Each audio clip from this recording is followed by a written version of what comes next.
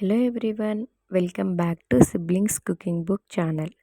Today's recipe వచ్చేసి పుదీనా కారం పచ్చడి. సో ఈ రెసిపీ ఎలా చేయాలో చూసేద్దాం రండి. చాలా టేస్టీగా ఉంటుంది. వేడి వేడి అన్నంలోకి తింటే మాత్రం. ప్రాసెస్లోకి వచ్చేసరికి ఒక ప్యాన్ తీసుకొని కొద్దిగా హీట్ అయ్యాక దాంట్లోనే 20 నుండి 25 వరకు ఎండుమిరపకాయలను యాడ్ చేసేసుకోవాలి. మిరపకాయలు అయితే చాలా కారంగా ఉన్నాయి, అందుకే నేను 20 తీసేసుకున్నాను. దాంట్లోనే కొద్దిగా ఆయిల్ వేసేసి మిరపకాయల్ని స్లోగా తిప్పుతూ లో ఫ్లేమ్లోనే వేయించుకోవాలి. అలా వేయించుకున్న మిరపకాయల్ని ఒక బౌల్లోకి ట్రాన్స్ఫర్ చేయాలి.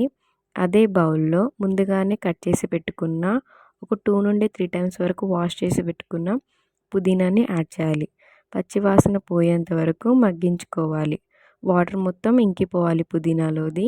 అలా ఇంకిపోయాక ఒక బౌల్లోకి ట్రాన్స్ఫర్ చేసేసుకోండి.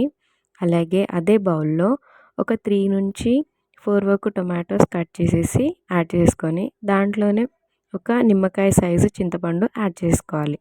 అలా చేశాక దాని తర్వాత మిక్సీలో పచ్చిమిర్చి, జీలకర్ర, వెల్లుల్లి రెబ్బలు, తగినంత సాల్ట్ యాడ్ చేసేసి మిక్సీ పట్టుకోవాలి. అలా మిక్సీ పట్టుకున్న మిశ్రమంలోకి ముందుగానే పుదీనా మగ్గించుకున్నాం కదా, అది యాడ్ చేసేసుకొని టొమాటో, చింతపండు కూడా యాడ్ చేసుకోవాలి. ఇంకా మిక్సీ పట్టేసుకోవాలి వాటన్నిటిని. ఇలా ఉంటుంది ఫైనల్గా. దీనికి పోపు పెట్టుకోవాలి. ఒక బౌల్ తీసేసుకొని దాంట్లోనే ఒక table spoon of oil heat చేసేసి దాంట్లోనే జీలకర్ర, రాయి యాడ్ చేసేసుకోవాలి. 4 నుంచి 5 వరకు వెల్లుల్లి రెబ్బల్ని కూడా కచ్చాపచ్చాగా దంచి యాడ్ చేసుకోవాలి.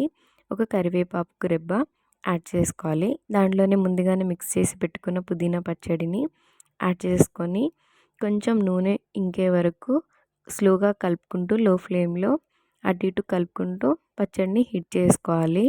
అంతే, ఫైనల్గా పచ్చడి ఇలా ఉంటుంది. టేస్ట్ అయితే చాలా బాగుంటుంది వేడివేడి అన్నంలోకి తింటే. మీకు మా వీడియో నచ్చినట్టయితే లైక్, షేర్, సబ్స్క్రైబ్.